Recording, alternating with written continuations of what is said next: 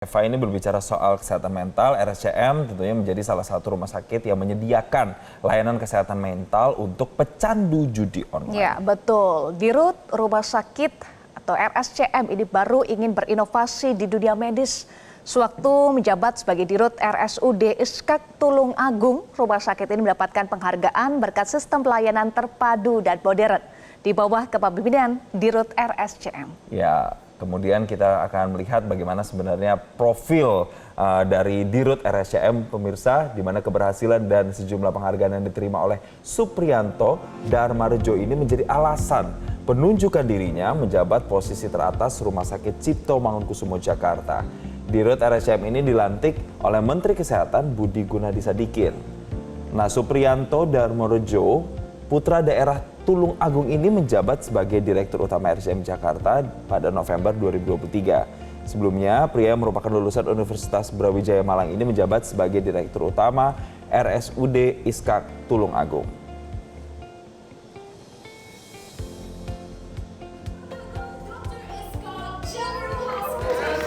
Nah, pemirsa, sejumlah prestasi pernah didapatkannya, diantaranya Supriyanto ini pernah masuk dalam 35 Top Innovator Symphonic Kemenpan RB 2016, kemudian 50 Top Pejabat Pratama Teladan Nasional 2018, meraih Public Service of the Year 2018 Mark Plus, kemudian menerima Gold Award kategori Social Responsibility dalam Forum International Hospital Federation Congress and Award ke-43 di Oman, Uni Emirat Arab pada tahun 2019. Dan terakhir masuk dalam Top CEO BUMD 2021, Pusat Kajian Nawacita dan Institut Otonomi Daerah.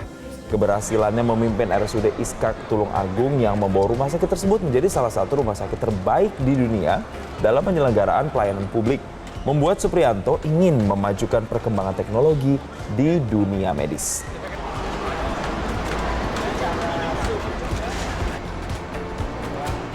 Tahu banyak gitu. Kaget gitu. Baru aja.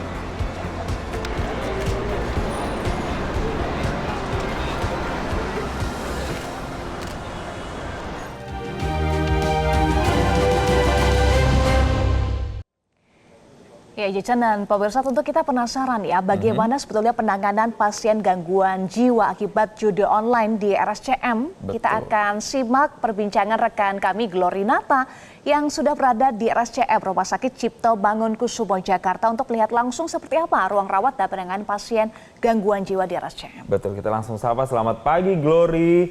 Silakan Glory, diketok pintunya dong di Dirut RSCM-nya. Kita juga pengen tahu, penasaran kira-kira seperti apa sih penanganan untuk sakit atau penanganan mental di sana? Ya, Jason dan juga Eva dan juga pemirsa, selamat pagi Indonesia. Kali ini di segmen Ketok Pintu saya sudah berada di Rumah Sakit Cipto Mangunkusumo, salah satu rumah sakit pusat nasional yang ada di Ibu Kota, dan kita langsung mau bincang-bincang dengan Direktur Utama yaitu Bapak Supriyanto Darmarejo atau yang lebih akrabnya disapa dengan Dr. Pri. Jadi Dr. Pri ini sudah dilantik oleh Menkes Budi Gunadi Sadikin sejak 5 November 2023 dan kita akan berbicara soal isu-isu kesehatan yang ada di Indonesia. Kita ketok ya pintunya. Knock, ya knock, pintunya. Knock, knock, knock. Selamat pagi, Dokter Supriyanto. Selamat pagi. Dokter Pri ya? Iya, betul. Nama ini ya, lebih akrabnya ya. Oke, Dokter Pri, mungkin bisa ditunjukin ini ruang kerjanya Dokter Pri di sini. Kalau pagi sebelum berkegiatan, apa sih yang dilakukan oleh Dokter Pri biasanya? Biasanya saya minum kopi, air putih. Minum kopi, habis itu terus jus buah. Jus buah ya. Ya. Jadi memang lebih sehat minum jus buah daripada minum kopi di pagi hari. Gitu ya? Ya tentu saja kalau perutnya jangan kosong dulu minum kopi. Oke, siap. Dokter Pri, kalau misalnya mau tanya-tanya nih masyarakat, mungkin banyak yang bertanya-tanya, lebih sehatan mana sih, makan buah duluan atau sarapan duluan nih, Dokter Pri? Sarapannya apa dulu kan itu. Oke. Nah, untuk mengetahui sarapan.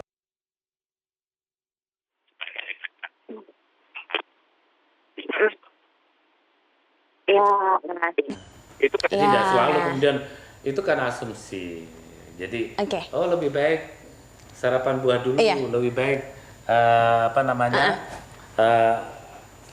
makan Ya.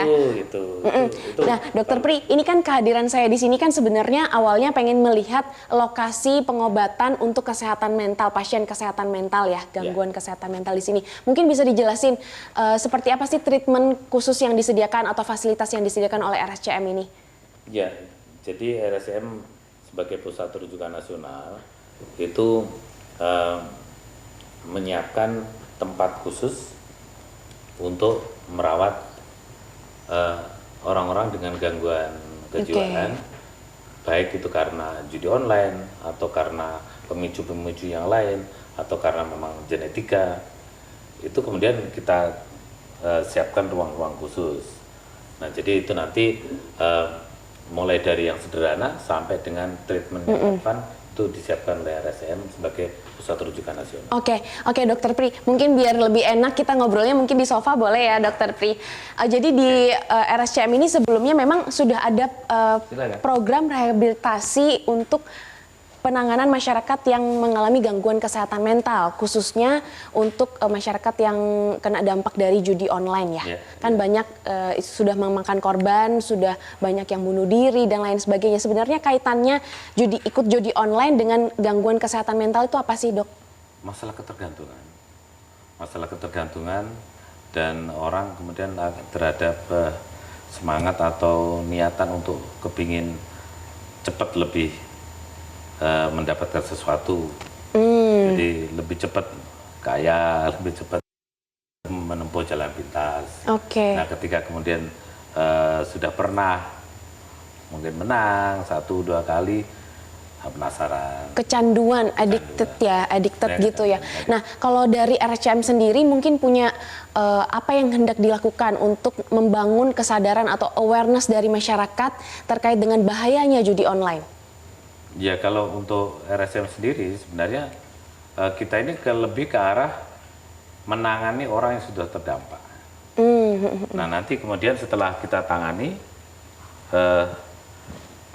kemudian kita kembalikan lagi kepada yang merujuk, atau mungkin bisa aja di rumah sakit Kota Madya, kemudian rumah sakit. Berarti terima fasilitas dari BPJS ya untuk penanganan kesehatan mentalnya. Tentu. Dan kemudian nanti kita kembalikan lagi ke masyarakat untuk kemudian dilanjutkan bagaimana supaya si pasien ini didampingi agar enggak kambuh lagi. Tapi kebanyakan masyarakat yang berobat ke RSCM ini memang mengalami gangguan kesehatan psikis dan juga fisik. Mungkin bisa dijelasin untuk gangguan kesehatan fisiknya itu di mananya? Fisiknya mungkin karena dia selalu penasaran dengan permainan itu, sehingga lupa makan, lupa istirahat.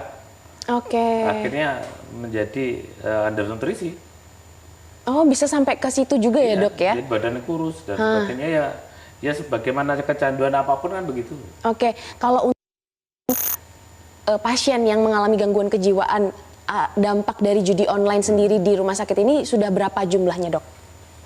Kalau jumlahnya, kalau yang khusus judi online itu pas kapan itu 127, tapi namanya sekarang sudah ada 150-an gitu kan. Mungkin yang kesini biasanya yang lumayan parah loh ya.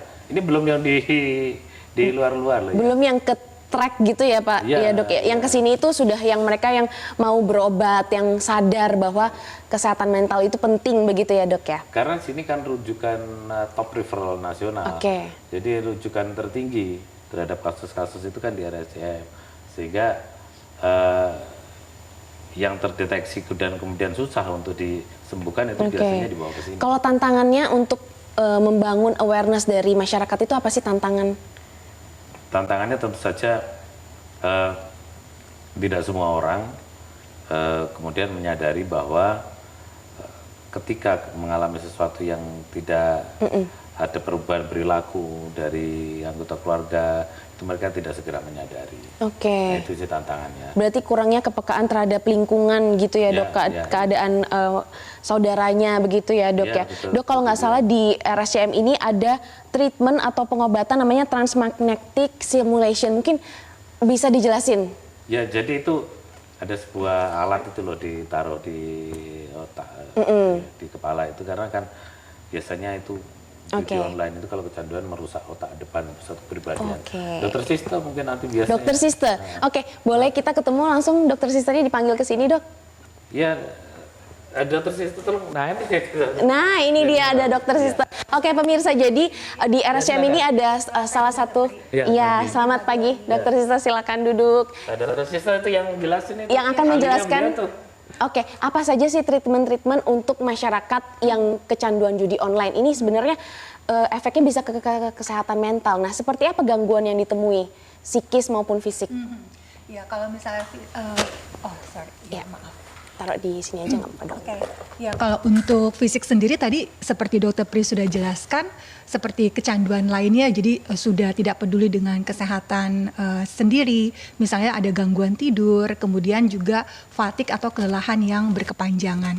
Tapi untuk mentalnya sendiri sampai ada isu bunuh diri. Jadi ini juga angkanya besar karena seringkali 90% pasien dengan kecanduan judi online itu terlibat dengan pinjaman online. Dan ini seperti lingkaran yang tidak berhenti ya, tidak terputus sehingga iya benar. Jadi iya benar. Jadi mereka akhirnya terlibat hutang yang tidak berhenti, tidak bisa putus dan akhirnya mereka depresi berat dan akhirnya mau mengakhiri hidup. Nah, mungkin bisa dijelaskan ternyata kesehatan mental yang dimaksud itu mengalami gangguan kerusakan otak bagian depan. Iya benar-benar.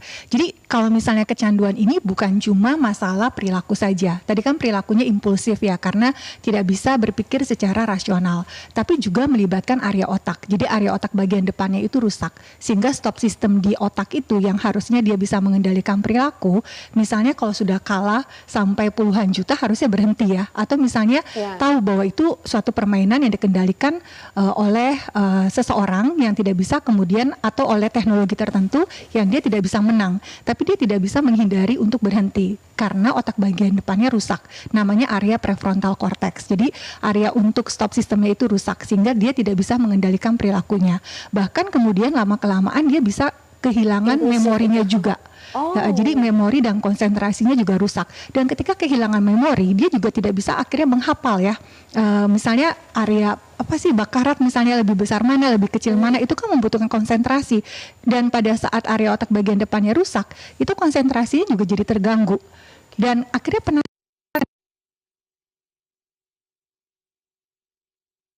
tidak bisa menghentikan permainan judinya. Jadi dengan kata lain atau simpel pikir logis lagi begitu. Tidak rasional lagi. Tidak rasional karena tadi otak bagian depannya rusak, stop sistemnya rusak sehingga tadi nyambung dengan pengobatan transmagnetic stimulation itu ditaruh di otak bagian depan untuk mengaktifkan stop sistemnya. Oke, mungkin selama ini penanganan di RSCM sendiri untuk rehabilitasi masyarakat kesehatan gangguan kesehatan mental ini memakai itu juga ya, Dok? Benar. Jadi kita membagi dua, rehabilitasi rawat jalan dan rehabilitasi rawat inap.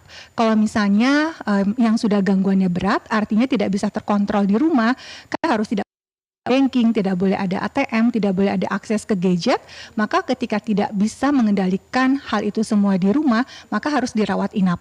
Dan ketika dirawat inap, berarti rehabilitasi rawat inap itu minimal 10 hari. Dan kalau rawat jalan berarti dia kontrol 1-2 minggu. Oke, berarti cukup kompleks juga ya penanganan pengobatannya. Tapi dengan adanya fasilitas dari RSCM ini bisa membantu meringankan atau menurunkan gangguan kesehatan mental tadi itu. Benar nah, sekali. pemirsa tetaplah bersama kami di Selamat Pagi Indonesia di segmen Ketok Pintu karena usai jeda kita akan sama-sama membahas terkait dengan inovasi dan juga teknologi apa saja yang ada di dunia kesehatan yang ada di Indonesia ini. Tetaplah bersama kami.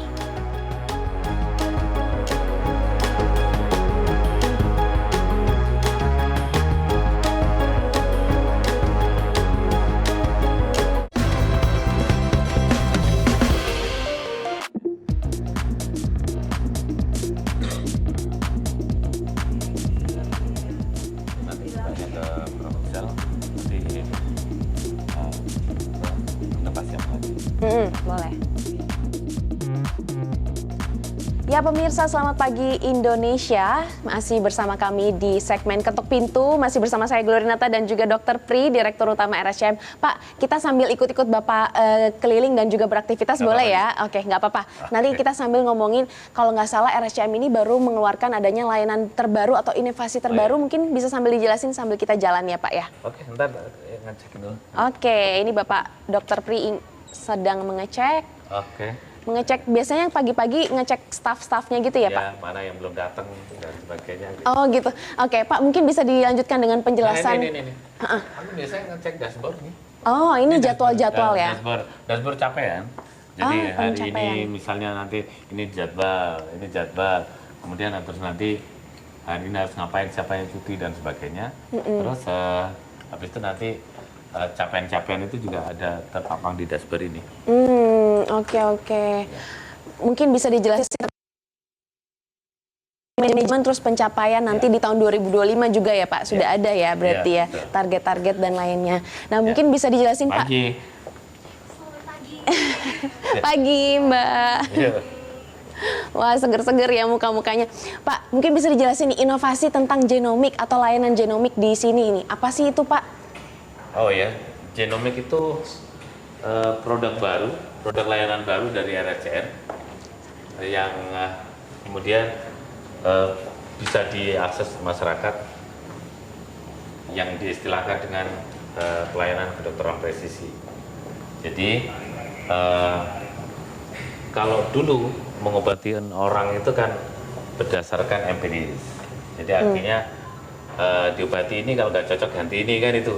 Pernah nggak dengar Mbak Glory dengar misalnya aku nggak cocok pakai obat itu, cocoknya ini kan gitu kan? Iya, biasanya seperti itu ya Pak. Nah gitu kan, jadi cocokologi gitu.